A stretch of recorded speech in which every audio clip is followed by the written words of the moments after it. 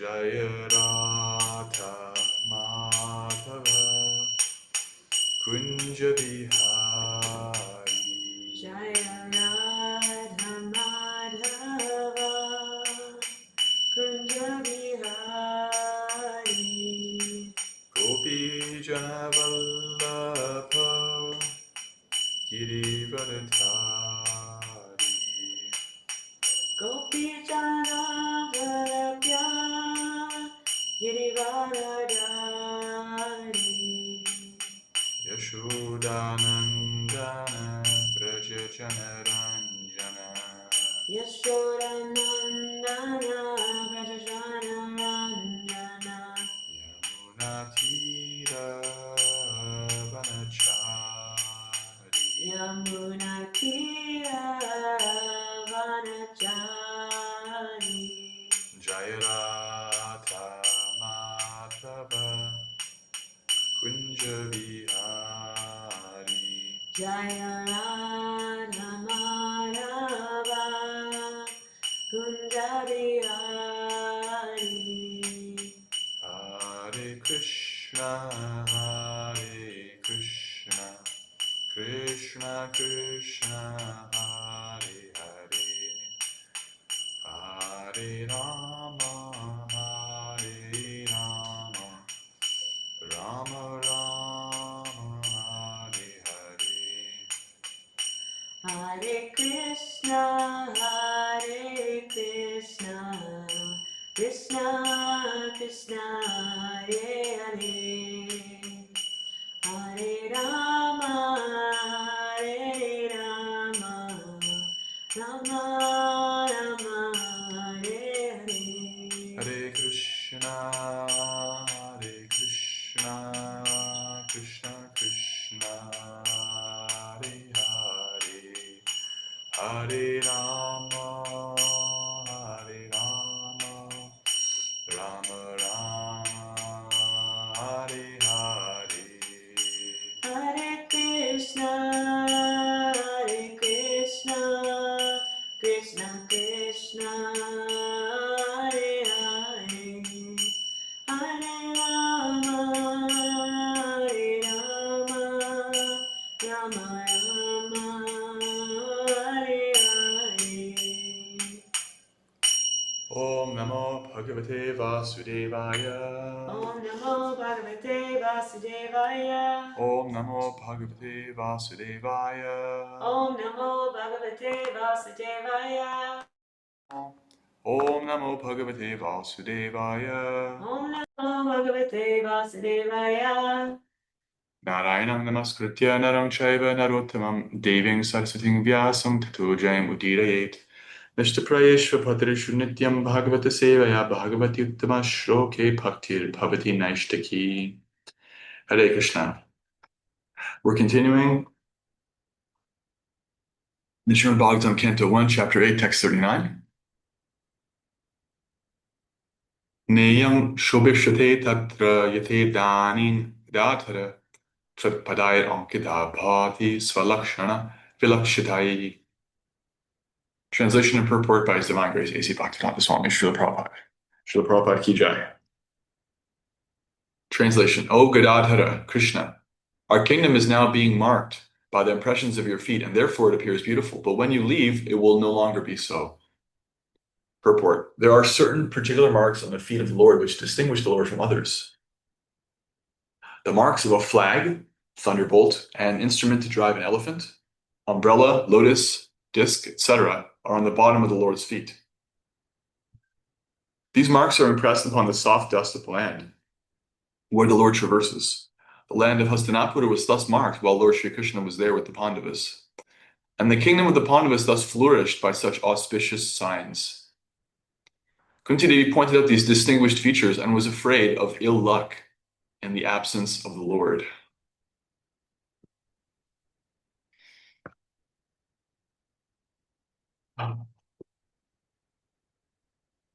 I'll read the next verse too. Ime janapada svrita supakshvaushati virutaha vanadrinadyun uranvatan banto hidante tava vikshitaihi. All these cities and villages are flourishing in all respects because the herbs and grains are in abundance. The trees are full of fruits, the rivers are flowing, the hills are full of minerals, and the oceans full of wealth. And this is all due to your glancing over them. Purport. Human prosperity flourishes by natural gifts and not by gigantic industrial enterprises. The gigantic industrial enterprises are products of a godless civilization, and they cause the destruction of the noble aims of human life. The more we go on increasing such troublesome industries to squeeze out the vital energy of the human being, the more there will be unrest and dissatisfaction of the people in general, although a few only can live lavishly by exploitation. The natural gifts such as grains and vegetables, fruits, rivers, the hills of jewels and minerals, and the seas, full of pearls, are supplied by the order of the Supreme, and as he desires, material nature produces them in abundance or restricts them at times. The natural law is that the human being may take advantage of these godly gifts by nature and satisfactorily flourish on them without being captivated by the exploitative motive of lording it over material nature. The more we attempt to exploit material nature according to our whims of enjoyment, the more we shall become entrapped by the reaction of such exploitative attempts. If we have sufficient grains, fruits, vegetables, and herbs, then what is the necessity of running a slaughterhouse and killing poor animals? A man need not kill an animal if he has sufficient grains and vegetables to eat. The flow of river waters fertilizes the fields, and there is more than we need. More than what we need. Minerals are produced in the hills and the jewels in the ocean. If the human civilization has sufficient grains, minerals, jewels, water, milk, etc., then why should it hanker after terrible industrial enterprises at the cost of the labor of some unfortunate men? But all these natural gifts are dependent on the mercy of the Lord.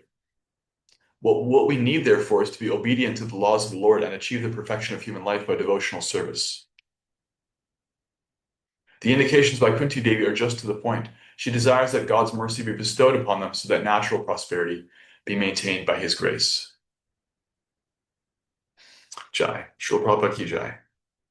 Om Jnanatimirantasya Jnananjanashrakaya Chakshurunmilitam Yena Tasmai Shri Gurave Namaha. Namo Om Vishnupadaya Krishna Prestaya Putre Srimati Bhaktivedanta Swamin Iti Namine. Namaste Saraswati Devi Gauravani Pracharane Nirvishesha Shunyavadi Paschatadeshatane Vanchakalpatarupshascha Kripasantupi Evacha Patitanam Bhavanebhyo Vaishnavebhyo Namo Namaha. Jaya Shri Krishna Chaitanya Prabhu Nityananda Shri Advaita Gadadhara Shri Vasari Gaura Bhaktivinoda. Hare Krishna, Krishna Krishna, Hare Hare, Hare Rama, Rama Rama, Hare Hare, Hare Krishna. Hare Krishna, everyone.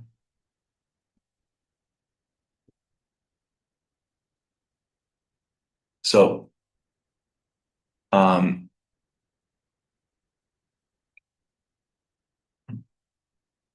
Prabhupada is talking first of all about the marks and the feet of Krishna. And how, just as a side note to Kunti's pointing out that Krishna has been marking the land with his lotus feet. These markings exist and are explained in Shastra because it's important for us to recognize that the Lord's body is exceptional, and it also provides a safeguard against people lying and cheating. That they say, "I'm Krishna, I'm the Lord, or I'm God." In so many ways, Krishna's activities are remarkable. His form is remarkable, and he's described in specific detail, so that we don't actually have the capacity, to cheat ourselves if we take shelter of the Shastric descriptions. And that way, it's a safeguard, particularly in this age, because people will do, nonsensical things like that. So before I get into the main description of like the natural world, and Prabhupada's talking about, simple living, high thinking here, I just wanted to mention that. Just a second, I'll refer to something. Okay, and so back on verse 40, Um, Srila Prabhupada is focusing here on the description of the natural world. That Kunti Devi is pointing out that it's because of your presence that this world, even just the material world, is flourishing. And so there's a powerful lesson here, a powerful perspective, because the Bhakti Yoga point of view is that we don't separate the material world and its opulences, beauty and the products of the land and even material bodies and all these things that are Krishna's external energy. We don't say like, okay, that's separate. That's just completely different than our spiritual practice, than Krishna, than divinity. They're actually sacred. They're not exactly the divine themselves. That would be one kind of error. And another kind of error is to kind of have this false separation where it's like, not only are they different from the Lord, they're completely different. And therefore, because the idea is that if you make something completely different than the Lord, even though it's his energy and it's not completely different because it's his energy, if you do that, you're actually giving yourself permission to treat it inappropriately. You're giving yourself permission to treat it as if it's yours, as if it doesn't have a sacred nature. It's just a cover for exploitation. Ultimately, that's what happens. We see like, um, you know, all kinds of ecological efforts. They exist because uh, people on some level see that this is worth protecting, right? They may not be able to put a name to it. They may not be able to describe it as such, but it's actually because there is some aspect of Krishna here. And people grieve for people who die, and they work hard to keep them alive if they're like, frontline healthcare workers and what have you, because there's a spark of Krishna there. And this part of the philosophy is actually helping us to put a name and to put clarity and focus on that part of ourselves that is like, oh, attached to my family and like appreciating the natural environment when it's clean and well taken care of and the natural order and the changing of the seasons. And Kunti Devi's talking here about the abundance of herbs and grains and fruits and rivers flowing, minerals, the oceans and their gifts. There's so many spiritualists and so many traditions who, for them, their church is the forest, their church is the ocean. And why? Because it's very easy to see. If you haven't spoiled it entirely, it's very easy to see that there's some higher order here. There's something beautiful here. There's something transcendent here. Even if it's not uh, spirit exactly, it's coming from some higher place. That's easier to see than the creations of humans. Because that's coming from usually the mode of passion, unless somebody is coming, at their canvas or their musical instrument from a higher mode of consciousness. But the natural order is actually, the product of Brahma's creation as a sub-creation of Krishna, et cetera, et cetera. So it's easier to see that there's value here. And so the historical challenge is that, like, as Kali Yuga has gone on, people have become more and more inclined to separate the natural world from divinity. And it started by saying, okay, let's consider that empirical science and the spiritual path are two completely different things. They don't overlap at all. They have no connection point. They're looking at completely different things, and they actually don't talk about the same thing at all. And then from there, it went into like, well, let's neglect the spiritual path entirely and just focus on what's measurable in the natural world, right? And you get the development of biology and chemistry and public health and all these other great things, but they're existing in without the context, right? There's a great book called, it's highly philosophical, very abstract, called The Substance and the Shadow by His Holiness Suhotra Swami, where he talks about the Vedic perspective, how there's like, okay, there's the primary thing, right? And then there's the secondary thing, which is the shadow of that thing. Just like if you have a thing here of a cup, I can see the shadow because the light source behind it.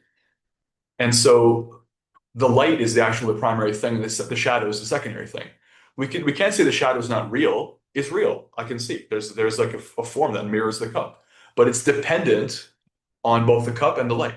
So there's a primary and a secondary. And our society, we've really gone like a long ways to focusing deeply on the secondary thing and forgetting, losing our place, being avoidant of, being inimical towards, being ignorant of the primary thing. And so, because of that, our attitude with our own bodies, our attitude with food, our attitude with relationships, our attitude with different kinds of living entities that are not humans, even other humans, and the natural world is gradually more and more perverted, right? Perverted comes from Latin to turn, right? It becomes turned. Why is it turned? Because it's no longer on the basis of, oh, this thing, this object, this person, this season, this time of day, this food, this experience, this sense interaction, whatever it may be, is a part of the Supreme. It's actually coming from the Supreme. That's their origin. That's their origin. No longer is it rooted that way. It's like, okay, well, this is something else. We insert our own bias, right? This is for me to enjoy. This is for me to exploit. This is for me to interpret as I see fit. It exists as an abstract entity for me to place my own interpretation on, right?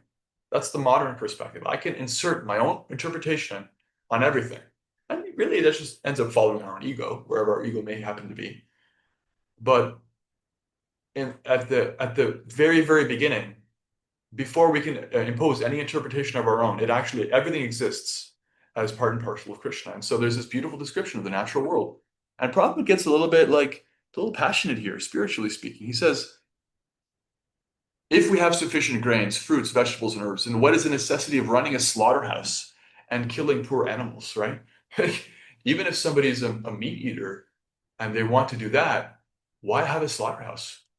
You know, there's like a lot of research that shows that people who people who work in slaughterhouses have an extremely high rate of suicide because the level of violence that they have to engage in is so damaging to their psyche that it becomes intolerable. Even if somebody wants to eat meat, it's like a dishonest way of doing that. Let's just put the whole process of taking what we want from an animal's body and put it behind a door, and we don't have to look at it or talk about it, and it's very uncomfortable to like bring it up. But let's just do that for our own convenience. And so Prabhupada's saying, like, wait a minute, if we already have everything we need, why do we have to create enterprises and then create other like systems to blind us to those enterprises so we don't look at the damage we're doing to ourselves, to other living entities, to the world? Why do we have to do that? What is the necessity of such a thing, right? This is like indignation, righteous indignation. Why do we have to do this to ourselves and each other? Why do we have to cause such violence when actually the Supreme Mother and Father are providing everything? Why do we have to be so ungrateful that we don't recognize that everything is already provided for us? Why do we have to try to create other ways of enjoying artificially when we've neglected the natural ways of enjoying, which are actually very pleasurable? And this isn't a shaming tactic. It's actually Prabhupada forcefully helping us to understand like what we already intrinsically like automatically know, that there is some value in these material things. They don't actually like just operate as things for us to manipulate the world. They have value, and they have value because they're coming from that primary source. The shadow exists because there's light behind it. Material nature exists because Krishna is the supreme conscious living entity, and he's providing all that, even for his, variously ungrateful parts and parcels who may be trying to forget him. Still, he provides so much. And so there's this call to gratitude. There's this call to remembrance, a call to acting in accordance with our own integrity. This is actually really powerful because in our spiritual tradition and in these purports, like what I'm hearing is not, oh, we should feel bad about the ways in which we may be forgetting Krishna, and like here I am as Prabhupada or a guru or the Bhagavatam, like waving my finger, holding it over you, like you should feel bad, you should feel ashamed. It's actually like a powerful call to our own integrity. I don't know anybody who's read these purports who's not like moved, because everybody understands from the time they're a child that animals and plants are wonderful, and there's living energy in that, and the world is full of beauty, and seasons are cool, and what do kids draw when they get crayons? They draw the sun, and they draw their parents. Like there's always something beautiful about the world we can find. And all these verses are doing, all these purports are doing at their root is reminding us, yes, there are, and don't forget that. And please just make the connection between what you're seeing that you're already attached to, wife, husband, kid, parents, food, the world, and make the connection between that and Krishna. And so try to take the next step in the path of, okay, so if that's true, if they're connected to Krishna, what do I do about that? Right? And Prabhupada, his service as an acharya is really to paint like a broader picture and say like, okay, yeah, so as a society, we could not be eating animals so much, and at least not having systematic, like machine-driven slaughterhouses to kill blindly, and so in a way that we don't even see the exploitation and violence. Let's just not do that. Let's at least be honest, right? But ultimately, it's up to ourselves as individuals to see, well, what does it mean for me that that Krishna is the source of the world and of the natural gifts? What does it mean for me? And generally, it starts with just gratitude. Generally, it starts with gratitude, and what we find is when devotees act with gratitude and also have like a core spiritual practice that reminds them of Krishna, because you can't really connect the material to the spiritual if you're not taking some concerted effort to remember the spiritual. The world is just too heavy. There's just too many other distractions. But when you have that core practice and you come in touch with your heart, what we actually care about in the world, then Krishna will inform you ways to spiritualize those things. And if you don't have the tools, he'll put you in touch with people who have the tools. He'll put you in touch with Bhagavatam and devotees and people who can be, gurus for you to spiritualize those parts of the world that you're attracted to, right? If you're a craftsperson, you're an artist, and for you, your realization of the divine is like my paintbrush and what I paint, then great, great. We're here in Mayapur. There's devotees making gigantic murals of Nrsingadev's pastimes to put in a like sub temple for Nrsingadev and the big greater temple of the temple of Vedic planetarium that's being built. And there's like whole teams of artists working on it, and I'm so happy for them that they get to be in samadhi. Their paintbrush strokes are actually like as good as japa beads practically, because everything they're doing is a service, and it's so clear that it's a service. So somebody could do that. They can actually spiritualize their work as an artist. They can spiritualize their work as a Vaishya, as a business person, spiritualize their organizational capacity, their teaching, their knowledge-based work. And this is the practical application of the philosophy in our lives, of how to actually take, okay, all this really cool spiritual stuff, and the thing that I'm actually doing in the day-to-day for 22 hours a day when I'm not chanting japa and reading Bhagavatam and like in a kirtan, what do? Well, I serve my family and I eat my food and I do these other things. So we're getting called here to remember that our spiritual practice doesn't exist in a vacuum.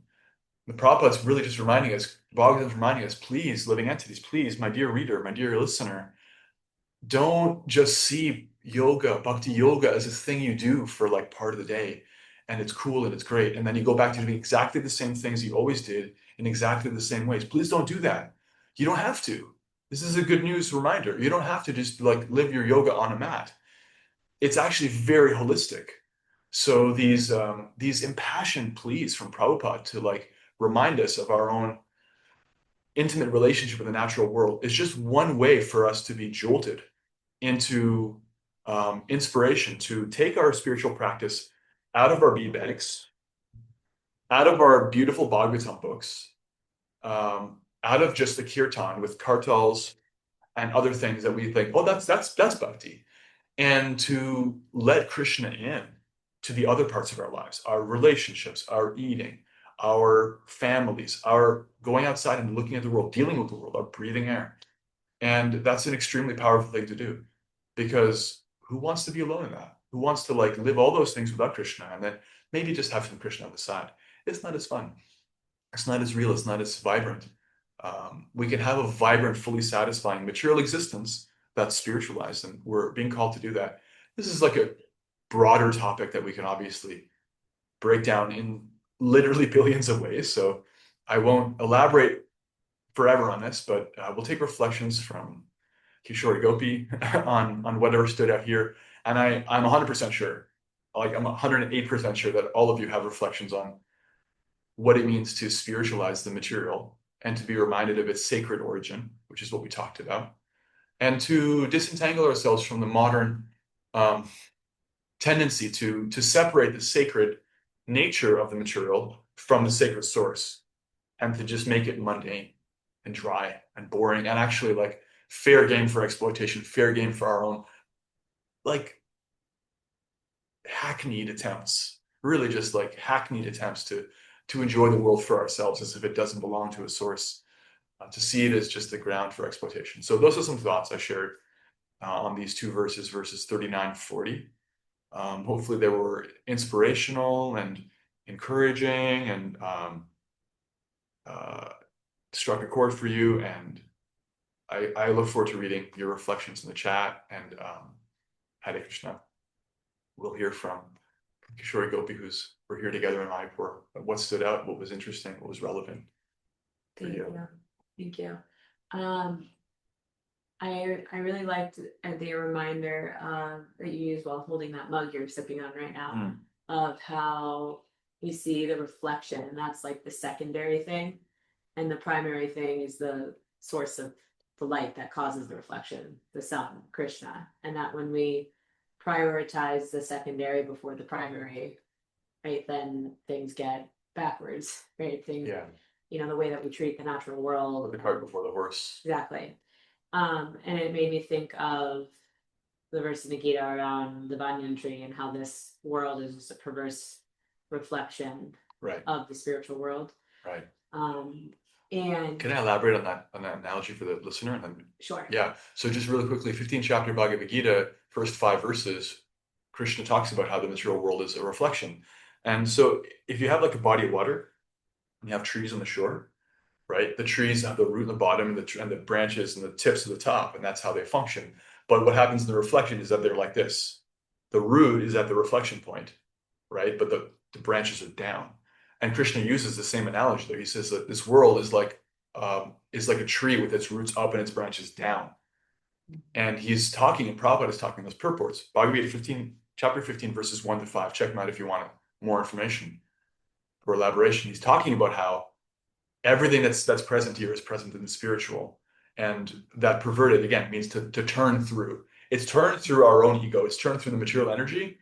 That which is spiritual appears material. It appears to be material, right? Like you can see the tree in the water. Like, oh, trees are things with like roots up and branches down. It's like completely backwards. Right. So similarly, we can have a completely backwards interpretation of matter. Right. So, yeah. Which we do, and we're seeing in our world. And